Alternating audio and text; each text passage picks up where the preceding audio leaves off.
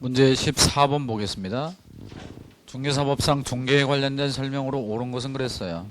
기억번, 개업중개사가 아닌 자는 끊고, 중개업자가 아닌 자는 법정 중개대상물을 1회라도 중개할 수 없어요. 한 번은 할 수 있어요. 한 번 정도 하는 건 상관없죠. 따라서 틀렸습니다. 니은번, 중개의 대상 행위는 모두가 법률행위입니다. 그리고 이에는 채권행위, 매매, 교환, 임대차라든가 물권행위, 전세권 설정계약, 저당권 설정계약 등등이 있겠죠. 따라서 맞는 문장입니다. 디귿번, 개업중개사가 경매의 동그라미, 경매 대상 부동산의 권리분석, 권리분석이 밑줄, 매수신청 대리, 대리의 동그라미, 경매 대리를 하는 행위는 중개 아니에요. 아니죠. 따라서 중개라고 볼 수 없습니다. 맞는 문장. 니을번, 다른 사람의 의뢰에 의하여 금전 소비대차 행위를 일정한 보수를 받고 계속 반복적으로 할 선한 행위는 자, 중개업에 해당하지 않아? 해당하지 않습니다.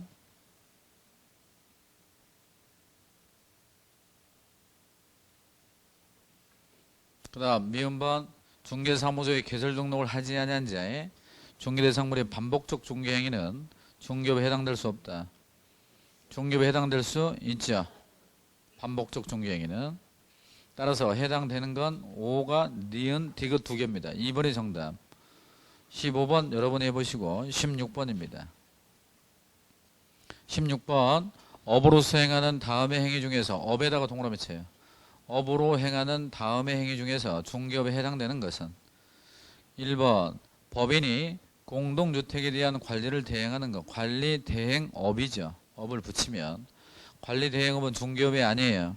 아니죠. 2번, 개업중개사인 법인이 개업중개사를 대상으로 한 중개업의 경영정보를 제공하는 걸 업으로 합니다. 그러면 경영정보 제공업이니까 프랜차이즈죠. 중개업이다, 중개업 아니다? 중개업 아니고 겸업이죠. 3번, 공인중개사인 개업중개사가 농지의 매매를 주선한다면 이건 정상적인 중개업이 되죠. 4번에 중개인이 개발상담합니다. 컨설팅이죠. 중개업 아닙니다. 5번, 주택을 건설 공급한다면 분양한다면 이게 주택 공급 사업이죠. 분양 대행이에요. 분양업이에요. 분양업입니다. 분양업. 대행이 아니에요. 어쨌거나 중개업은 아닙니다. 정답은 3번. 문제 17번입니다. 17번 틀린 것 그랬는데요. 3번과 5번을 확인합니다. 3번. 거래 당사자로부터 보수를 현실적으로 받지 않고 단지 보수를 받을 것을 약속 요구하는데 그친 경우 약속 요구의 동그라미, 약속 요구하는데 그쳤다면 중개업에 해당하지 않아. 해당하지 않습니다. 5번, 중개보조원이 개업중개사를 대신하여 특정 업무를 수행했다 하더라도 해당 거래계약서에 중개보조원을 개업중개사로 기재하면 안 됩니다. 이건 참고로 알아두세요. 보조원이 일을 했다 하더라도 계약서에 보조원을 중개업자로 기재하면 안 된다는 거 아셨죠? 했다가 잘못하면 명의대여가 될 수 있죠. 3번이 중요 판례가 되겠습니다. 3번. 문제 18번. 소속 공인중개사에 대한 설명으로 옳은 것은 그랬는데 1번. 법인이 아닌 개업중개사에 끊고 법인이 아닌 개업중개사를 다른 말로 뭐라고 그래요? 개인인 개업중개사죠. 개인인 개업중개사의 소공사는 실무교육을 받지 않아도 돼요? 개인인 기업중개사의 소공사나 법인의 소공사나 다 받죠? 실무교육은 다 받아야 됩니다. 2번, 소속 공인중개사는 끝에 부동산 거래 신고 업무를 대리할 수 없어요? 신고서 제출 대행할 수 있죠? 맞습니다. 3번, 중개보조원은 소공사가 될 수 없지만 끊고, 그렇죠? 그리고 소공사는 개업중개사가 될 수 없다. 될 수 없어요. 이게 뭘 물어본 거냐면 이종 소속을 물어본 거예요. 이종 소속 안 됩니다. 여기 보셔요.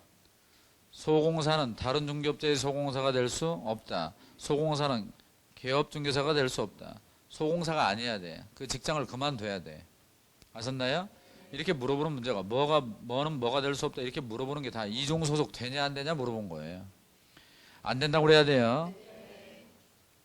따라서 될 수 있다 틀렸습니다. 4번, 개업중개사의 과실로 사장의 과실로 의뢰인에게 재산상의 손해를 입힌 경우 양벌 규정으로 소공사도 공동 책임을 진다. 반대로 됐죠. 소공사의 과실로 사장이 공동 책임지는 건 맞지만 사장의 잘못으로 직원이 공동 책임진다 그러면 반대로 됐죠.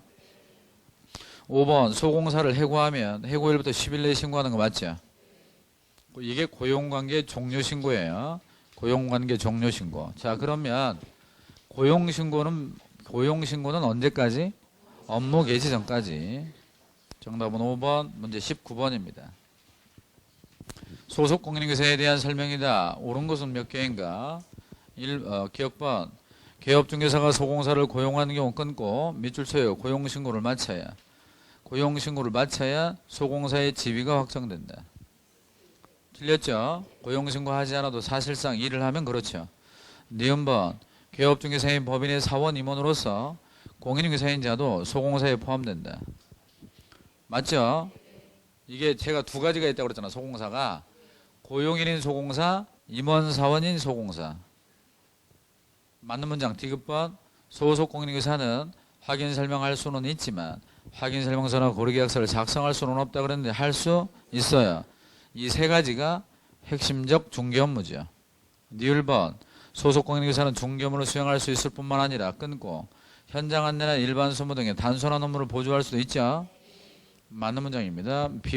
미음번. 소속 공인인계사는 개업중개사의 위임을 받아 신고서 제출을 대행할 수 있어 없어? 있습니다. 따라서 옳은 건 느, 르, 무 해서 3개가 정답입니다. 자, 3절 지금부터 중개 대상물인데요.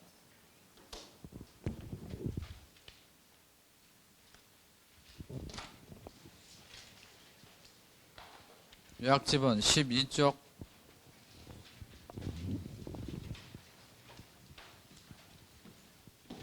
자, 중개 대상물이 있습니다. 정리를 해보죠. 중개 대상물은 첫째, 토지가 있습니다. 두 번째, 토지에 정착물이 있습니다. 그런데 이 토지와 그 정착물이 민법상 부동산이에요. 그런데 이것뿐만 아니라 임목도 있고요. 또 뭐가 있습니까? 공장, 재단도 있고요. 다섯 번째, 광업, 재단도 있고요 해서 총 5가지가 중개 대상물이에요. 그렇다면 중개사법상 중개 대상물은 민법상의 부동산보다 더 넓어요, 더 좁아요? 더 넓죠. 그 다음 토지나 건물의 경우는 등기를 했든 등기하지 않았든 중개 대상물이 될 수 있으므로 미등기 건물도 중개 대상물이 될 수 있는 반면에 얘네들은 원래 부동산이 아니었던 건데 특별법에 의하여 공시방법을 갖춘 경우, 즉 등기나 등록이 됐을 때 인정되는 것들입니다. 그러니까 이쪽은 등기를 한 것을 말하죠. 그러면 얘네들은 이거 말고 또 있어요. 선박, 항공기, 중기, 항만, 운송재단, 어업재단 이런 것들이 다 준부동산인데 걔네들 중에서 3가지가 일이 들어온 거예요. 따라서 선박, 항공기 이런 건 없어요. 자, 다음. 이 중개대상물 5가지에 해당한다고 해서 무조건 구체적으로 중개할 수 있는 건 아닙니다. 예를 들어서 건물이 있어요. 근데 그 건물이 세종시의 정부종합청사예요. 또 서울시청사예요. 양천구청 건물이에요. 그러면 국유재산, 공유재산이기 때문에 중개할 수 없는 거죠. 그러니까 이 안에 있어도 국 공유재산 빼고 사유재산일 때 거래가 가능하고 중개대상물이 되는 겁니다. 따라서 남대문이라든가 불국사라든가 이런 문화재는 중개대상이 될 수 없으며, 그리고 국립공원, 국유재산이니까 중개대상물이 될 수 없습니다. 고속도로 부지 안 됩니다. 또 사유재산인데 요것도 있네요. 무주부동산, 주인 없는 땅, 이건 국유재산입니다. 그래서 중개대상이 될 수가 없어요. 다음으로 사유재산이라 하더라도, 사적 소유의 대상이라 하더라도 공법상의 제한이라든가 사법상의 제한이 있을 수가 있는데 그런 공법상의 제한이나 사법상의 제한은 문제가 되지 않습니다. 따라서 개발제한구역 내의 토지, 그린벨트 안에 있는 거, 토지거래 허가구역 내의 땅, 시가와 조정구역 내의 땅, 그런 것도 다 중개대상물이 될 수 있습니다. 거래가 가능하니까. 또한 다른 공법상의 제한들, 상수원 보호구역 내의 땅, 군사시설 보호구역 내의 땅, 문화재 보호구역 내의 땅이라도 거래할 수 있으면 다 중개대상물이에요. 사법상의 제한, 근저당이 되어 있는 토지 또는 유치권이 있는 건물, 경매 등기가 된 건물, 가압류가 된 건물, 법정상권을 제한받고 있는 토지라고 하더라도 다 중개대상물이 되는 데는 문제가 없습니다. 그런 건 이따가 문제를 몇 개 풀어보면 다 해결됩니다. 지금부터 5가지 중개대상물을 살펴보는데 첫 번째 토지가 있습니다. 토지는 자연적으로 연속되는 지표면에 지적 측량을 해서 경계를 삼고 그 경계로 둘러싸인 한 부분의 토지를 필지라고 합니다. 이 필지는 필지 단위로 소유권의 객체가 되는 것이죠. 그래서 보통은 필지 단위로 거래가 되는 거지만 한 필의 일부의 경우 자, 용익물권으로서 지상권이라든가 전세권의 대상이 될 수 있으며 임대차의 목적물이 될 수도 있어요. 다만 한 필지의 일부는 저당권의 대상이 될 수는 없을 뿐이죠. 저당권의 경우는 그 부동산 전체에 그 효력이 미치기 때문에 그런 거예요. 그나저나 저당권에게도 물권적 청구권이 있습니까? 저당권자에게 물권적 청구권이 있나요? 있어요. 있어. 그런데 물권적 청구권 중에 목적물 반환 청구권, 방해 제거 청구권, 방해 예방 청구권 중에서 목적물 반환 청구권이 없죠. 따라서 저당권도 방해 제거 청구권, 방해 예방 청구권은 있어요. 따라서 저당권자의 그 저당물을 다른 사람이 훼손하고 있단 말이죠. 그러면 저당권이 피해를 보잖아요. 그럼 방해 제거 청구권 행사할 수 있습니다. 아셨나요? 근데 그 일부의 훼손이 있더라도 나머지 부분으로 채권 회수가 가능하단 말이야. 그래도 방해 제거 청구권 행사할 수 있어. 왜? 저당권은 전체 효력이 미치기 때문에 일부의 훼손에 대하여 방해 제거 청구권 행사할 수 있습니다. 주택이 철거가 되면서 택지개발지구 안에 이주자 택지를 공급받을 수 있는 지위, 공급받은 게 아니고 공급받을 수 있는 지위를 대토권이라고 그래. 들어봤어요? 이 대토권의 경우는 중개대상물이 아닙니다. 공급받은 게 아니기 때문에. 두 번째, 토지에 정착물들이 있습니다. 이 토지의 정착물은 건축물도 있고 순목의 집단도 있고 돌담, 담장, 도로의 포장, 교량 뭐 이런 것들이 있을 수가 있는데 그 중에 돌담, 담장, 도로의 포장 등등은 토지의 일부에 불과하기 때문에 독립한 중개대상물이 되는 경우는 없다. 이렇게 보시고요. 문제가 되는 건 건물과 순목의 집단 두 가지가 있다. 이렇게 보면 돼요. 자, 첫 번째 건물입니다. 건물의 경우는 세 가지 요소로 되어 있죠. 기둥이 있고 주벽이 있고 지붕이 있고 이때 건물은 등기해야 허가받아야 허가받지 않은 경우도 따라서 무허가 건물도 중개대상물이 될 수 있습니다. 등기해야 등기하지 않아도 미등기 건물도 중개대상물이 될 수 있어 없어? 있습니다. 그 건물은 현존해야 현존하지 않아도 중개대상물이 될 수 있습니다. 따라서 건설회사가 아파트를 단지 조성을 해서 500세대를 공급한다 했을 때 선분양 후 시공을 하는 경우는 선분양 받은 이후에 건물은 짓고 있는 중인데 내가 101동 1501호를 분양받았다. 그러면 아직 1501호가 지어지지 않았습니다. 존재하지 않죠. 그러나 장래의 건물로 인정을 한다. 동호수가 정해졌기 때문에. 그래서 분양권의 경우는 중개대상물이 될 수 있지만 보통 입주권은 중개대상물이 아닙니다. 따라서 장래에 추첨 기일에 신청자가 많으면 추첨을 해서 당첨이 되면 분양 예정대로 선정될 수 있는 지위에 불과한 입주권의 경우는 아직 중개대상물이 아닙니다. 그런데 입주권이라도 정비법상 입주권이 나오면 그건 중개대상물이에요. 뭐가 나오냐면 정비법상 재건축을 하는 경우 조합원 물량은 동호수를 추첨을 하고 관리처분 계획을 짜서 그것을 인가받잖아요. 관리처분 계획의 인가에 의한 입주권의 경우는 종전의 주택이 철거되지 않고 존재해도 종전의 주택은 이미 입주권으로 바뀐 거예요. 그러니까 입주권을 사고 판다는 게 사실은 종전주택을 사고 파는 거나 마찬가지고 동호수가 정해졌으니까 보통은 입주권이 중개대상물이 아니지만 정비법상 관리처분 계획의 인가에 의한 입주권이란 말이 나오면 중개대상물로 봐야 됩니다. 아셨죠? 그 다음 토지가 이렇게 있을 때 토지상에 콘크리트 공사를 하고 거기다 구멍을 뚫어요. 구멍을 뚫고 철제 기둥, 철골 파이프 세워가지고 지붕을 얹고 양쪽 면에 유리나 천막을 치고 차량이 드나들면서 세차를 한단 말이죠. 이 세차장 구조물은 정착물이 아니죠. 볼트만 해체하면 금방 분리가 되기 때문에 중개대상물이 아닙니다. 정착물이 아닙니다. 그렇다면 카센터 사장이 세차장 구조물을 서너 차례 소개했습니다. 사례금을 받았죠. 그러자 그 모습을 본 주변 중개업자들이 저 인간 무등록 중개업하는 거 아니야? 해서 고발해버렸어요. 그런데 재판이 열리자 세차장 구조물은 중개대상물이 아니니까 그 카센터 사장이 세차장 구조물을 몇 차례 소개한 건 돈을 받았다 하더라도 중개업도 아니고 무등록 중개업도 아니고 처벌할 수 없다 그런 거죠. 제 말 알아들어요? 그러면 중개대상물이냐 아니냐를 왜 따지냐 이거요.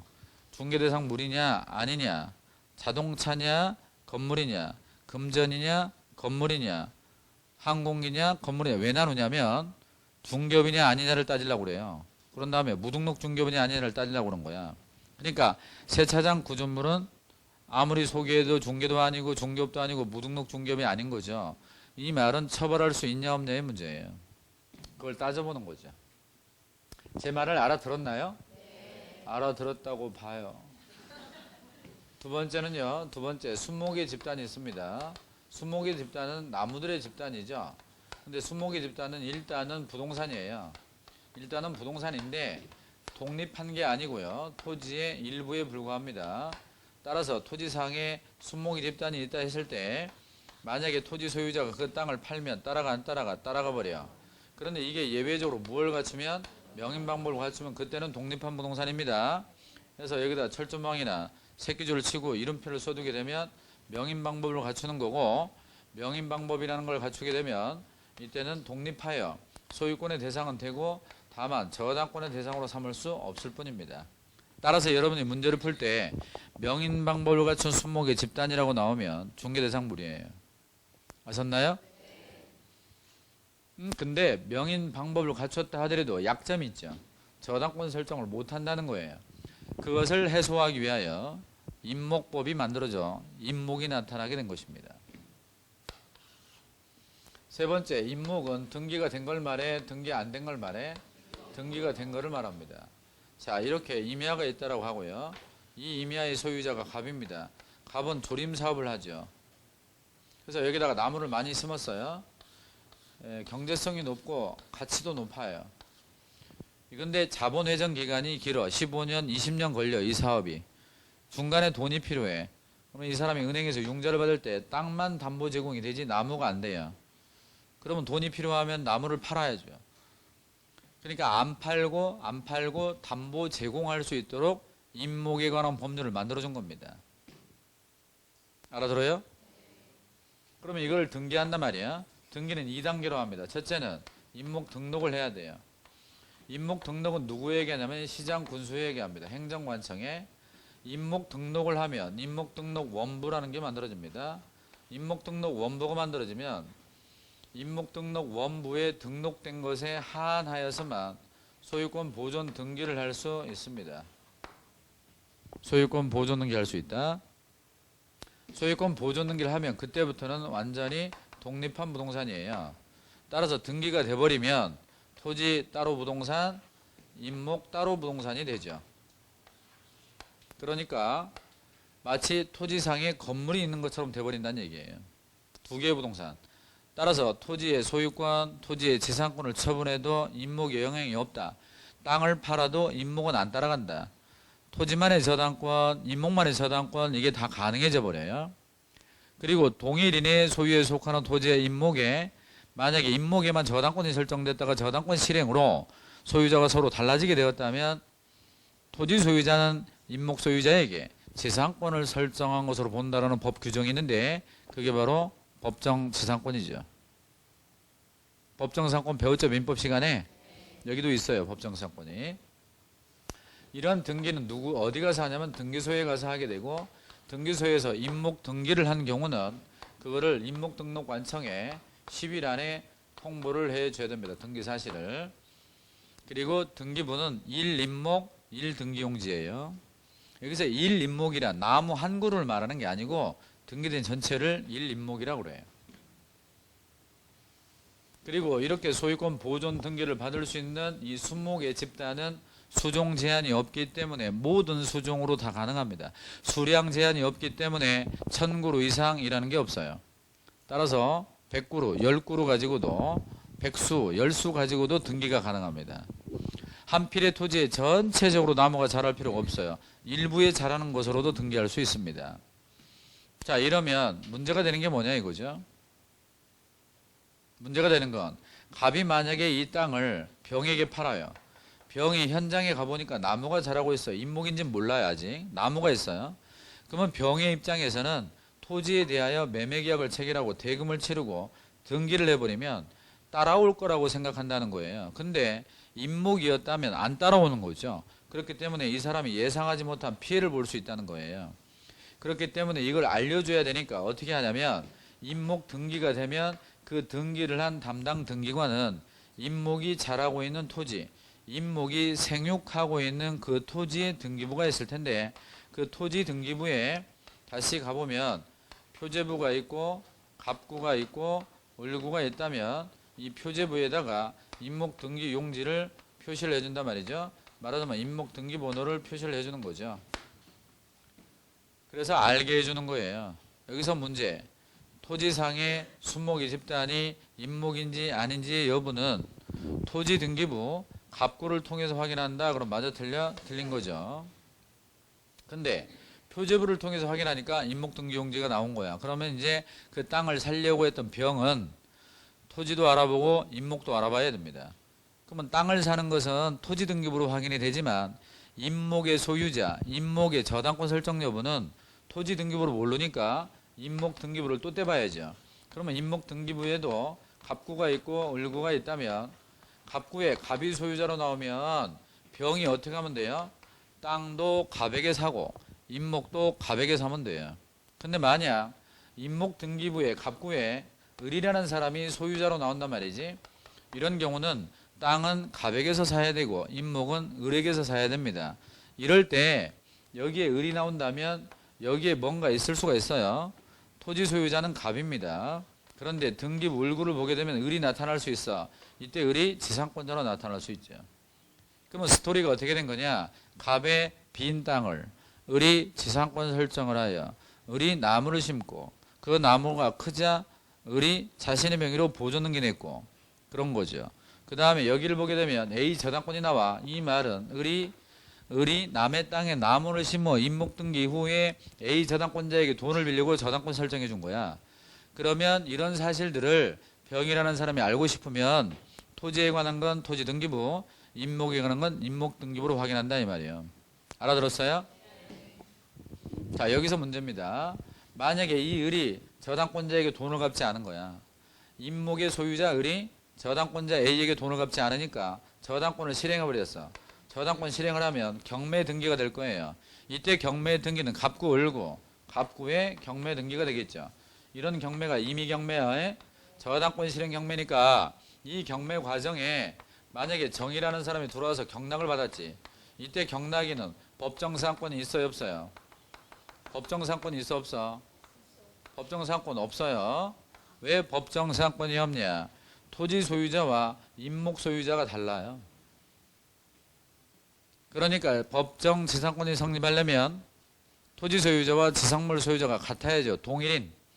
지금은 동일인이 아니잖아요. 그러니까 법정사항권이 인정되지 않죠. 그럼 법정사항권을 인정할 필요가 있나요?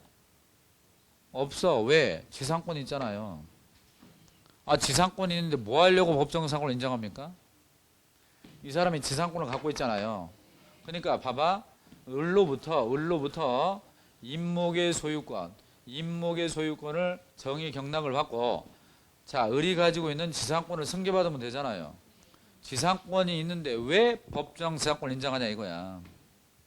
그래서 여러분들이 민법 시간에 법정 지상권이 인정되려면 토지 소유자와 지상물 소유자가 동일인이 된다는 얘기예요. 동일인은 그 지상물 소유자가 토지 사용권을 따로 갖고 있지 않습니다. 왜? 소유권이 있으니까. 그런데 동일인의 소유에 속하는 게 경매가 돼버리면 경락인은 토지 사용권이 없잖아요. 그러니까 그때는 법정상권을 인정하는 거지. 그러니까 결론적으로 얘기를 하면 법정상권이 인정이 되려면 동일인 소유해야 되고, 뒤집어서 말하면 동일인 소유가 아니라면 지상물 소유자가 토지 사용권을 가지고 있잖아. 그러니까 그걸 승계받으면 되니까 법정상권을 인정할 이유가 없는 거죠. 그렇다면 현 상태의 이 을은 저당권자의 승낙 없이, 이 을이 저당권자의 승낙 없이 이 지상권을 포기해버리거나 지상권 설정권을 해지해버리면 안 되죠. 그러면 누가 이걸 입찰 들어오면 안 들어가죠. 정이 안 들어가죠. 왜? 토지 사용권이 없으니까. 이해되나요? 그래서 잘 들어.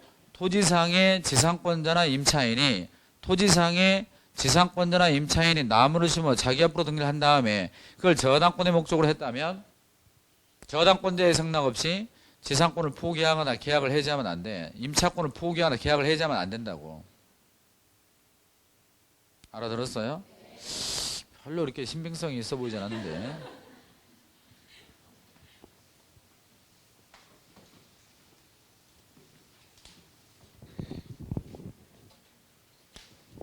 (14쪽에) 5번입니다. 14쪽에 가로 3번에 5번.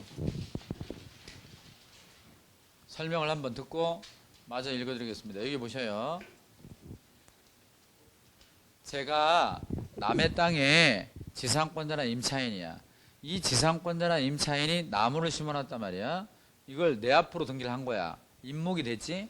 이걸 내가 은행에 가서 돈을 빌리면서 저당권을 설정해 놓은 거예요. 근데 내가 그 저당권자에게 돈을 갚지 않으면 임목을 경매를 한단 말이에요. 경매가 이루어지면 경락에는 법정상권이 있어 없어? 없다니까. 다시 봐봐. 내가 남의 땅에 지상권이나 임차권을 가지고 있다니까. 그러니까 이 사람은 누구냐고. 지상권자나 임차인 아니요. 남의 땅에 나무를 심고 등기하고 그걸 저당권의 목적으로 한 이후에 내가 돈을 갚지 않으니까 임목을 경매할 거 아니야. 그러면 경락인에게 법정상권 인정돼 안 돼? 안 되는 이유는 왜 그래? 있으니까.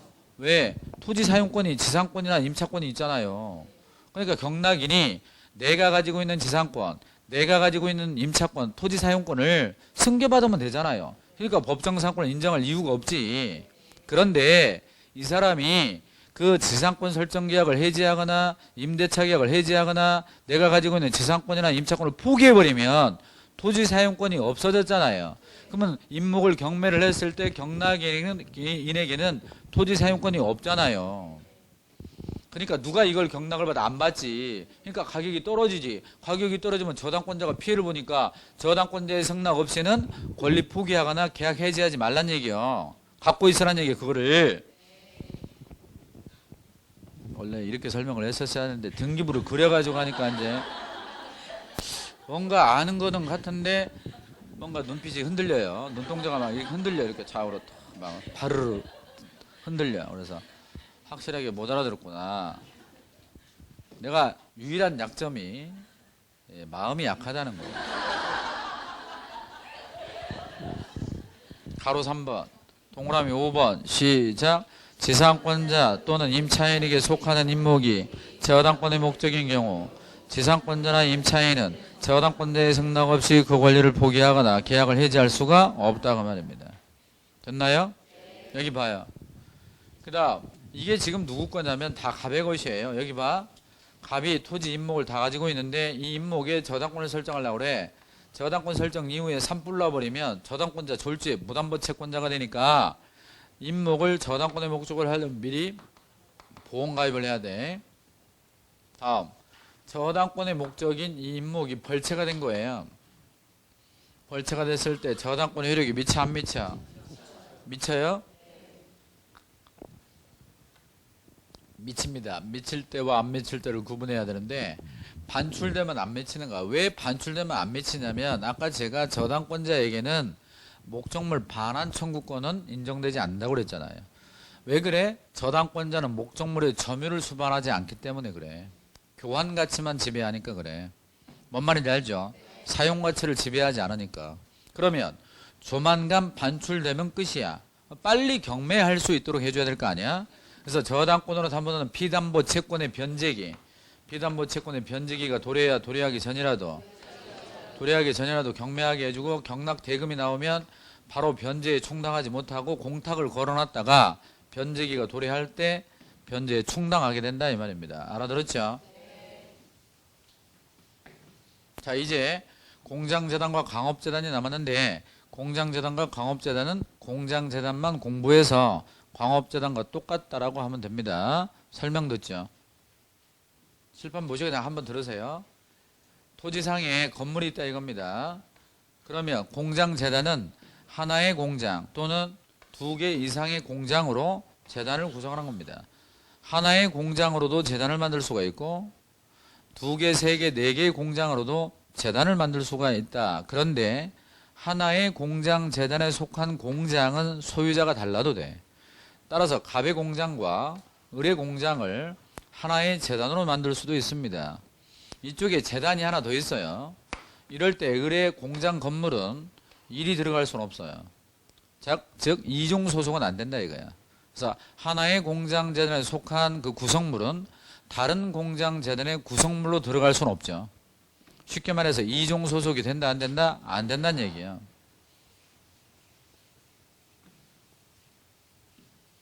하나의 공장 재단은 쪼개서 두 개의 공장 재단으로 분할을 할 수 있습니다. 다시 두 개의 공장 재단을 합병하여 하나의 공장 재단으로도 할 수 있습니다. 따라서 재단은 분할도 가능하고 합병도 가능합니다. 그리고 하나의 공장 재단에 공장이 두 개라면 소유자가 달라도 된다고 그래서 아까 다음 이렇게 토지가 있고 이 토지를 만약에 갑이 가지고 있단 말이죠. 그러면 갑이 여기다가 공장 건물을 짓고 여기다가 기계를 들여놓죠. 제조업을 합니다. 만약에 이 토지가 을의 땅이라면 갑과 을 간의 지상권 설정을 하고 갑이 지상권자로서 여기다 건물을 짓죠. 그러면 갑이 가지고 있는 권리를 보자 이거야. 갑이 가지고 있는 권리는 갑, 토지의 소유권, 건물 소유권, 토지의 지상권, 기계의 소유권 수천 개, 수만 개, 트럭의 소유권, 지게차의 소유권, 선박의 소유권, 항공기의 소유권 엄청 가지고 있습니다. 그리고 갑은 R&D에 많은 투자를 해서 특허권, 실용신앙권, 무채재산권 있죠? 즉 지적재산권도 가지고 있습니다. 이때 특허권이 한 3, 40개 되는데 특허의 가치만 해도 100억이 넘는다. 그러면 갑이 가지고 있는 재산은 부동산이 3건이에요. 지상권이야 별 가치가 없다고 보면. 그리고 나머지 동산설비, 기계설비, 특허권 이런 게 상당한 가치가 있습니다. 부동산은 100억이 안 되지만 동산설비와 기계설비와 등등등 특허권이 한 400억이 된다면 부동산보다 설비 가치가 훨씬 큽니다. 돈이 필요해 융자를 받을 때 토지나 건물은 이미 선순위 저당권이 있기 때문에 돈을 조금밖에 못 빌려요. 망해버려. 그러면 그 기술이 사장될 수 있고 재력이 있는 대기업에 넘어갈 수도 있고 그런 거죠. 그래서 이런 사람들을 보호해주기 위해서 이 전체를 등기할 수 있게 해준 거죠. 그러면 등기를 하려면 먼저 재단 목록을 작성해야 되며 재단 목록에 기하여 소유권 보존 등기를 신청하며 등기를 신청할 때는 재단 목록을 제출해야 됩니다. 재단 목록이 제출이 되면 재단 목록은 등기부의 일부로 봐요. 다음 등기가 되면 이제 한 개의 부동산입니다. 따라서 자동차를 조립하기 전에는 2만 개의 부품이 있었지만 조립한 이후에는 자동차 한 대죠. 와 마찬가지입니다. 수없이 많은 부품이 있는데 자동차 한 대예요. 그래서 이것은 소유권의 대상과 저당권의 대상만 되는 것이지 그 외에 권리의 목적이 되지 못하기 때문에 재단 전체를 지상권의 목적, 전세권의 목적 안 돼. 소유권의 목적, 저당권의 목적만 가능합니다. 다만 저당권자의 승낙이 있다면 이거를 타인에게 임대를 놓을 수는 있어요. 왜냐? 임대를 놓더라도 저당권 실행하는 데는 지장이 없으니까. 다음으로 이게 말이에요. 등기가 돼버리면 엄청난 덩치가 돼버립니다. 400억짜리, 500억짜리가 돼버리니까 거래가 쉽지 않죠. 그래서 보존 등기가 됐을 때에는 그로부터 적어도 10개월 내에 몇 개월 내에 10개월 내에 저당권 설정 등기를 해야 됩니다. 만약 저당권 설정 등기를 하지 않았다면 이 보존 등기가 즉각 효력을 상실합니다. 실효 돼버리죠. 효력 상실이에요. 따라서 만약 공장재단을 팔아달라고 했다면 보존 등기 후 10개월 내에 저당권 설정 등기가 됐나 안 됐나를 보고 10개월 내에 저당권 설정 등기가 됐으면 지금도 재단이고 저당권 설정 등기가 안 돼 있으면 이미 재단이 아닌 거죠. 10개월 안에 저당권 설정 등기를 해야 되니까. 다음, 공장재단에 속하는 토지, 공장재단에 속하는 건물 등등은 분리처분할 수 없습니다. 따라서 공장 건물만 따로 팔아먹거나 공장 건물만 또는 기계만 압류, 가압류, 가처분의 목적이 되지 못합니다. 쉽게 말해서 건물 하나만, 기계 하나만 따로 팔아먹는 게 안 되고 경매가 안 되고 그러는 거예요. 그러면 이 밖에 있는 물건 중에서 이 물건이 압류, 가압류, 가처분의 목적이라면 넣을 수가 없는 거죠. 다시 말해서 들어있는 걸 분리하여 강제 집행할 수 없다면 강제 집행 중인 걸 넣을 수 없죠. 이해돼요? 넣었다가 도로 빼갈 건데 왜 들어갑니까? 그러니까 안에 있는 걸 분리처분, 분리 강제 집행할 수 없다는 얘기는 밖에 있는 것 중에 압류, 가압류 등이 진행되고 있다면 넣지 말라는 얘기입니다. 어차피 진행돼 버리니까, 나가버리니까. 알아들어요? 그런데 만약에 갑이 말이야, 갑이 병이라는 사람에게 야, 이 공장 건물 사가라 그런 거야. 그래서 병이 건물 확인하고 등기부 확인했는데 아무 문제가 없어요. 그래서 매매계약을 체결하고 대금을 치르고 등기를 하라고 등기가 안 되는 거야. 왜 등기가 안 되냐면 재단에 속한 부동산은 분리처분이 안 되니까 이 사람이 건물만을 취득할 수 없는 거예요. 그러면 이 사람은 졸지에 사기를 당한단 말이에요.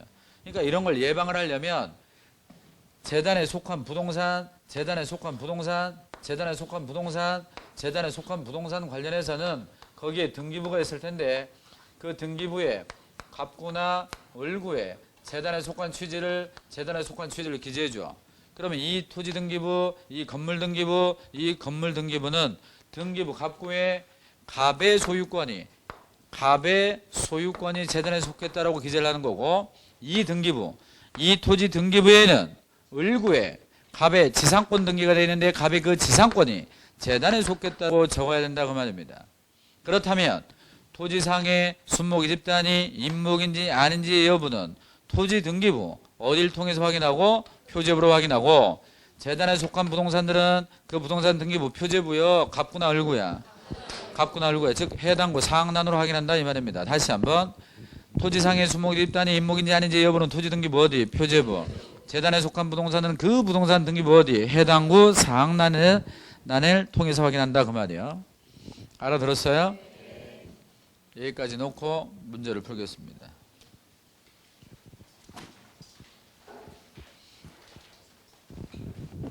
24페이지 문제 20번. 20번 다음은 중개 대상물에 대한 기술이다. 가장 옳은 것은 그랬어요. 1번 무허가 건물은 끊고 중개 대상물이 될 수 없다. 될 수 있습니다. 2번 토지의 정착물은 모두 중개 대상물이 될 수 없다. 아니죠. 정착물 중에 건물이나 명인 방불과 수수목의 집단도 가능하죠. 틀렸습니다. 3번 후일 입주 예정자로 선정될 수 있는 지위인 입주권. 그러니까 선정됐어요? 아직이요? 아직이니까 이 입주권은 장래의 건물이 아니고 중개 대상물이 될 수가 없습니다. 틀렸어요. 4번 교량이나 담장 등 토지의 종물이나 부속물로 되는 토지의 정착물은 독립한 중개 대상물이 될 수가 없습니다. 맞고. 5번 명인 방벌부가 수목이 집단은 토지와 독립하여 소유권과 저당권의 목적이 될 수 있다고 하는데, 소유권의 목적이 될 수는 있지만 저당권의 목적이 될 수는 없기 때문에 저당권의 밑줄 X입니다. 저당권 X. 21번 중개대상물에 관한 기술로 옳지 않은 것은 그래서 1번 중개사법령상 중개대상물은 끊고 중개사법령상 중개대상물은 민법상의 부동산 개념보다 그 범위가 넓다 그랬는데, 여기 봐요. 중개사법령상 중개대상물 5가지는 민법상 부동산보다 넓어 좁아? 넓죠. 2번 콘크리트 집안 위에 어쩌고 저쩌고 둘째 줄에 보니까 세차장 구조물의 동그라미, 세차장 구조물은 셋째 줄 토지의 정착물에 해당하지 않아? 해당하지 않는다. 맞죠? 따라서 독립한 중개대상물이 될 수가 없습니다. 3번 영업용 건물의 영업시설, 비품 등의 유형물의 동그라미, 유형물이나 거래처, 신용, 영업상의 노하우 또는 점포 위치에 따른 영업상의 이점 등 무형의 재산적 가치, 동그라미쳐 무형의 재산적 가치. 동그라미가 몇 개야? 2개. 유형물과 무형물, 무형의 재산적 가치. 이 2가지는 중개대상물에 해당하지 않죠? 여기 봐. 그 유형물이나 무형의 재산적 가치를 이전 받으면서 주는 대가가 뭐예요? 권리금. 권리금도 중개대상물이 아닙니다. 4번 등기 또는 등기 또는 등록이 되는 재산은 모두 밑줄 쳐 등기 또는 등록되는 재산은 모두 중개사법령상의 중개대상물이 될 수 있어요? 그건 아니죠. 따라서 등기 또는 등록이 되는 자동차, 선박, 항공기는 아니잖아요. 5번 건축물은 등기 여부를 가리지 않고 중개대상물이 될 수 있죠. 따라서 미등기 건물도 중개대상물이 되죠. 따라서 4번이 틀렸습니다. 22번 틀린 것 그랬습니다. 주목하셔요. 원래 건물은 동 단위로 거래가 됩니다. 다만 한 동의 일부라도 용익물권, 전세권 설정이라든가 임대차가 가능합니다. 또 하나 한 동 건물의 일부라도 구조상 이용상 독립성이 있으면 구분 소유권의 대상이 되고 그걸 우리가 또 아파트 한 채 생각하면 되죠. 그런 건 구분 소유권의 대상이 되는 것이죠. 1번 토지는 한 필지 단위로만 거래의 목적이 돼 일부라도 틀렸습니다. 2번 분양계약이 체결된 분양권은 장래의 건물 맞죠? 따라서 독립한 중개대상물이 되죠. 맞고 3번 한 동의 건물의 일부라도 소유권의 객체로서 매매의 대상으로 할 수 있는 경우가 있는데 이게 바로 구분 소유권을 말합니다. 4번 건물의 증축된 부분이 구조상 이용상 독립성을 띄었다면 증축 부분 구분 소유권의 객체가 될 수 있죠. 5번 중개대상물로서의 건물은 등기 여부나 건축허가 여부를 불문한다. 맞죠? 정답은 1번, 23번 여러분이 보시고 24번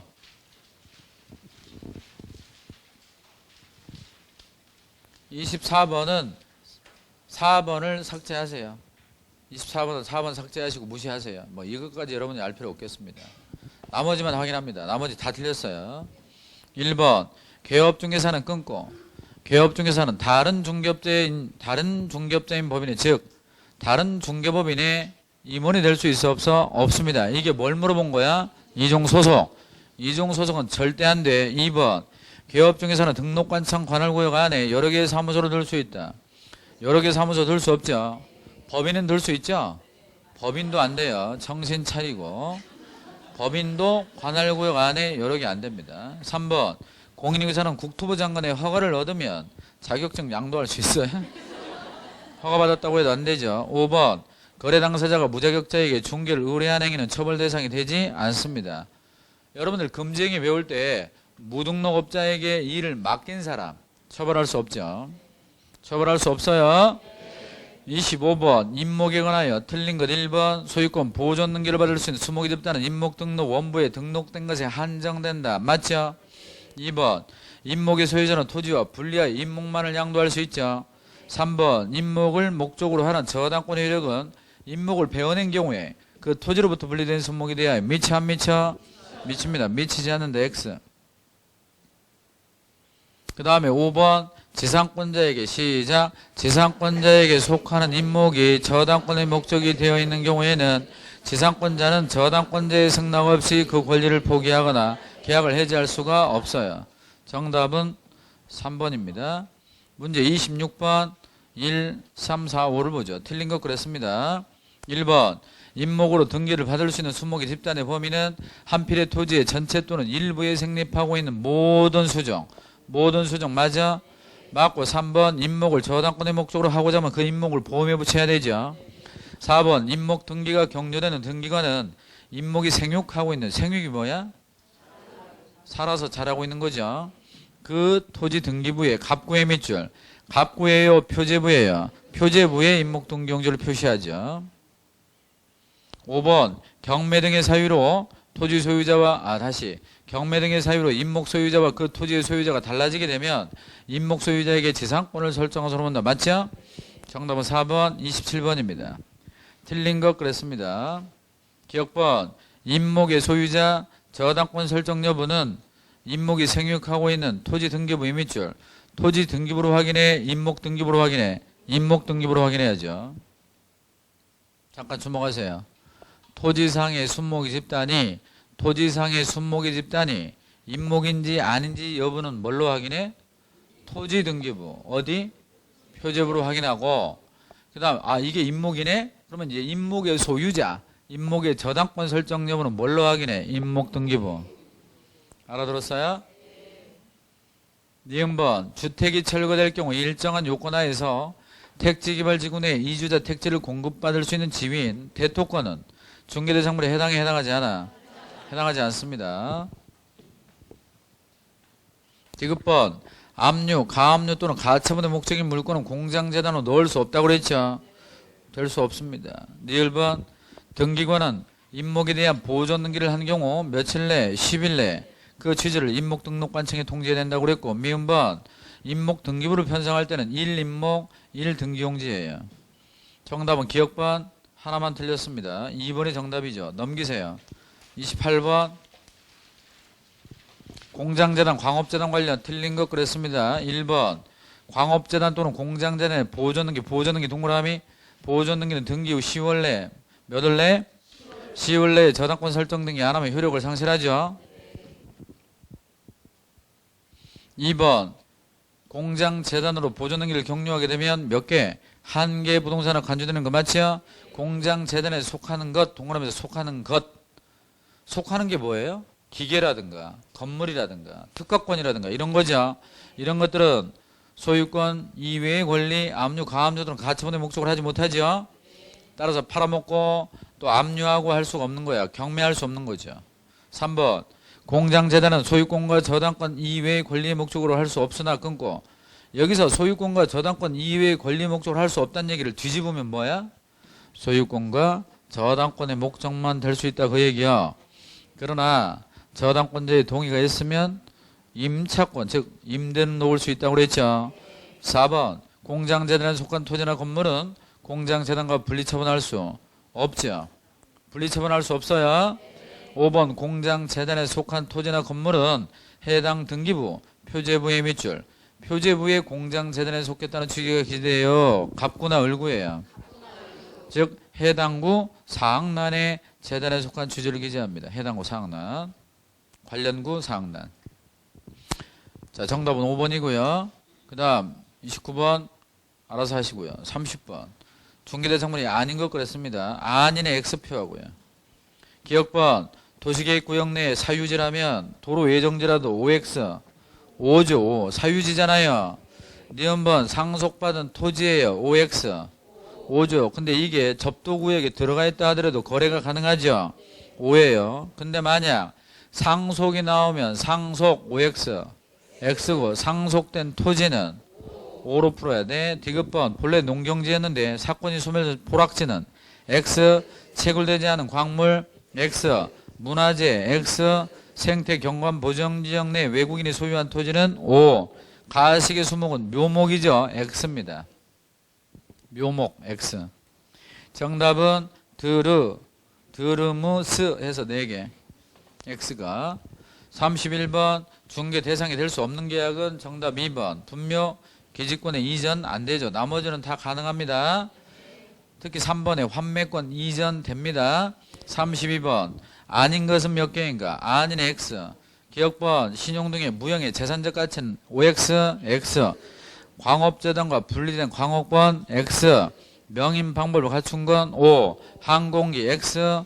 고속도로 부지 X. 한필의 토지의 일부에 대한 지상권 O. 따라서 아닌 건 느, 르무 해서 4개. 4개니까 4번이죠? 아주 자연스럽게 4번이다 그러면 4 그러고 있습니다. 33번입니다. 해당되는 것, 해당의 동그라미. 해당의 동그라미하고 OX로 광업재단은 O, 미채굴의 광물은 채굴된 광물은 X예요. 금운동 채굴하면 부동산인가? 유치권은 O, 무주부동산 X, 선박 X, 본묘기지권 X, 가압류가 된 공장 공장은 O죠. 상속된 토지는 상속은 특허권 X, 동산질권 X, 토지 일부 임대차 O. 따라서 아닌 건 5개입니다. 넘기시고 예? 해당되는 게 참 5개입니다. 34번 중개 대상이 될 수 있는 권리 대상물로 밑줄 쳐 틀린 항목이 들어있는 것. 틀린 항목이 들어있는 것. X가 들어있는 걸 골라야죠. 기억번 미등기 건물 O, 공유수면 매입토지 O, 경매 등기가 된 토지는 O, 경매가 나오면 니은번 지상권 O, 법정 저당권의 성립은 X, 가등기가 된 토지는 O, 무허가 건물 O, 권리금 X, 질권 X, 전세권 O, 등기된 판매권 O, 공장재단 O, 법정 지상권 O, 특허권 X, 접도구역에 포함된 사유지 O, X가 들어있는 건 느드무. 정답은 3번, 35번 여러분이 해보시고 36번입니다. 마지막 문제. 틀린 것 그랬습니다. 2, 3, 4, 5를 보죠. 2번 환매권은 매매계약과 분리하여 별개로 발생하지 않으므로 끊고 환매권 발생 이mit줄, 환매권 양도 이mit줄. 환매권의 발생, 환매권의 양도는 중개인이 개입될 수 있어요. 개입되지 않는다 밑줄 X입니다. 3번 공사대금 채권 관련 유치권의 성립, 유치권의 성립 이mit줄, 유치권의 성립에는 중개인이 개입될 수 없죠. 끊고 공사대금 채권 양도와 함께 이루어지는 유치권의 이전, 유치권의 이전 이mit줄. 자, 원래 공사대금 채권 양도를 소개했어요. 공사대금 채권 양도를 소개한 건 중개 아니에요. 아니고 유치권의 이전을 소개한 거는 중개죠. 따라서 유치권의 이전은 중개 대상이 될 수 있다 그러면 맞죠? 4번 소유권 변동의 원인 중에 매매의 동그라미, 교환의 동그라미, 이 두 가지는 중개의 개입이 가능하죠? 그러나 증여 이mit줄, 상속 이mit줄 이 두 가지는 개입될 수가 없습니다. 증여는 왜 그래요? 증여자의 마음이에요. 일방의 의사에 좌우되니까. 5번 가압류된 부동산의 경매의 동그라미, 경매는 공개 매각 절차를 거치며 법원이 매개 역할을 하므로 중개인이 개입되지 않죠. 아니 경매 과정에 들어가가지고 제발 좀 깎아줘요 막 이런 거 안 됩니다. 자, 이렇게 해서 오늘 1주차 강의를 마쳤는데 1주차 강의 진도 오늘 나간 부분이 문제 비중이 높지 않아요. 한 3문제 정도밖에 안 됩니다. 그러니까 8번 강의를 하니까 매주 5문제로 보자면 비중이 낮은 편이죠. 대신 이제 다른 주에서 다른 주차에서 뭐 6문제 비중이 있다든가 뭐 그럴 수 있겠죠. 자, 오늘은 여기까지. 다음 주에 뵙겠습니다. 다음 주가 아니라 또 토요일 날 특강이 있군요. 자, 토요일 날 뵙겠습니다. 안녕히 가세요.